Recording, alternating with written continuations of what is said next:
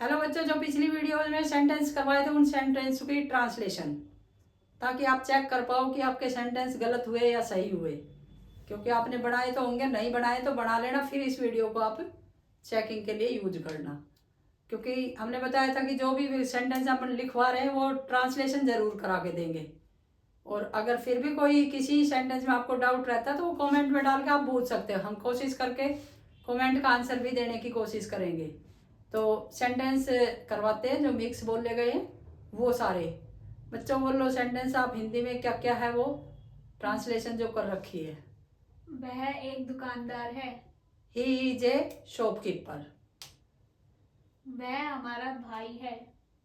आप बताओ इसका answer. He is our brother.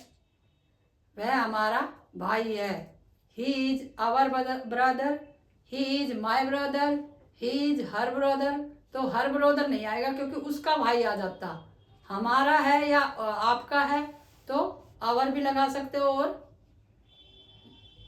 माई भी लगा सकते हो। आवर। वे गांव में हैं। They are in the village. आप कहाँ हो? Where are you. यह एक कप है। This is a cup. वह अब देखो यह एक कप है, मतलब सेंस आ रही है नजदीक की, तो दिस इज ए कप आएगा। अगर कहे वह एक कप है तो दैट आ जाएगा। That is a cup. Is का इज रहेगा, बस वो सेंस नियर बाय है या दूर है वो आपको ध्यान देना है। तो दिस और दैट का यूज हो जाता है। छोटे बच्चों के लिए क्लासेज में होता है दिस यूज करो दैट यूज करो। तो कोई चीज दूर दिखाई गई है तो दैट का यूज हो जाएगा, और अगर कोई चीज पास दिखाई गई है तो दिस का यूज हो जाएगा। तो इस तरीके से सेंटेंस में जो भी छोटी दिक्कतें आती रहेंगी वो हम आपको साथ साथ डिस्क्राइब करते रहेंगे। नेक्स्ट सेंटेंस बोलो भाई। वह एक लड़की थी। She was a girl. अब देखो यहाँ आ गर्ल लगाया हमने क्योंकि हमने बताया था कि जब एक लिख रखा है हिंदी में तो आपको ए लगाना ही पड़ेगा। अगर एक नहीं लिख रखा तो ए मत लगाओ, कोई दिक्कत नहीं है। तो शी वॉज अ गर्ल। वह बाजार में था। वह बाजार में था। सेंटेंस देखो, आप सेंटेंस को माइंड में प्रोसेस करो कि था, तो था के लिए क्या आएगा वॉज। और वह बाजार में था तो बाजार आपका ऑब्जेक्ट, वह आपका सब्जेक्ट, तो he was in the market. अब हमने इन द मार्केट लगाया। द क्यों लगाया? क्योंकि एक पर्सन के एवरेज में प्लेस बहुत बड़ा है। अगर वह कमरे में था तो हम इन द रूम नहीं लगाएंगे, इन रूम लगाएंगे। तो इस तरीके से सेंटेंस की सेंस समझने की कोशिश करें कि सेंस क्या कहती है। आर्टिकल तभी यूज होते हैं। तो वह बहुत छोटा है, पर्सन एक बहुत छोटी चीज है बाजार के एवरेज में, तो he was in the market. Next. वह मेरा भाई था। He was my brother. और अगर वह मेरा भाई होगा तो ही विल माई ब्रोदर। वह एक पुस्तक थी। अब देखो फिर से पुस्तक नॉन लिविंग थिंग आ गई तो दिस और दैट का यूज हो जाए। तो वह एक पुस्तक थी। That was a book. वह एक फोन था। इसमें भी that a that was a phone. हमारे पास कार है। I have a car. अब यहां देखो मैं की सेंस नहीं आ रही, हमारे आ रही है।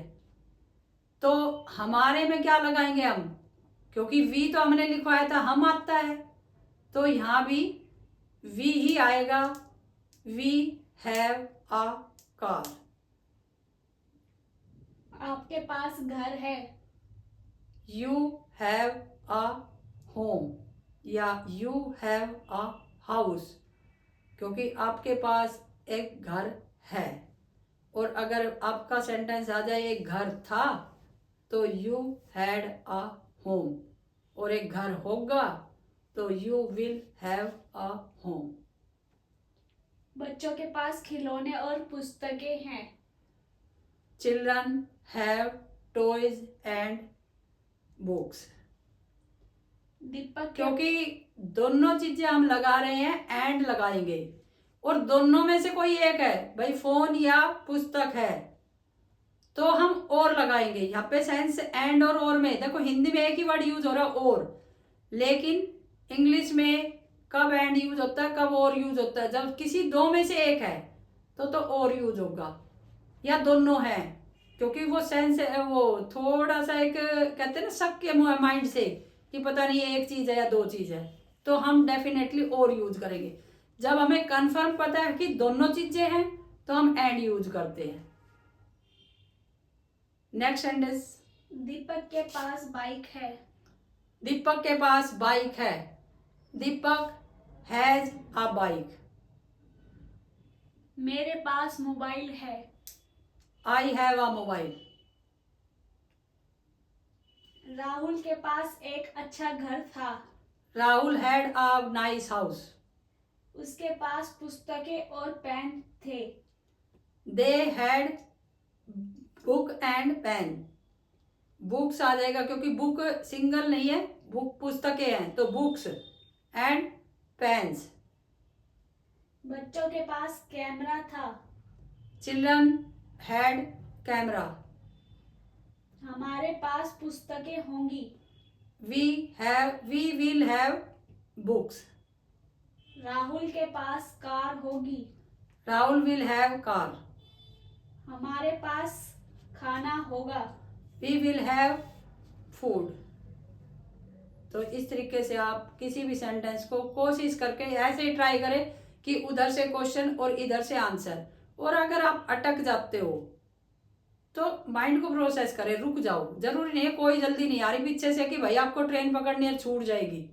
आराम से किसी भी सेंटेंस को पहले माइंड में प्रोसेस करो, ये सब्जेक्ट है, ये ऑब्जेक्ट है, पहले रिटन करो, रिटन के बाद उनको खुद ओरली बोलने की कोशिश करो कि भाई ये सब्जेक्ट है, ये ऑब्जेक्ट है, ये हेल्पिंग वर्ब है, और किस तरीके से ये 1 बाय 1 रखे जाएंगे। तो अगर वीडियो आपको पसंद हो तो लाइक करें, सब्सक्राइब करें। Thank you for watching this video.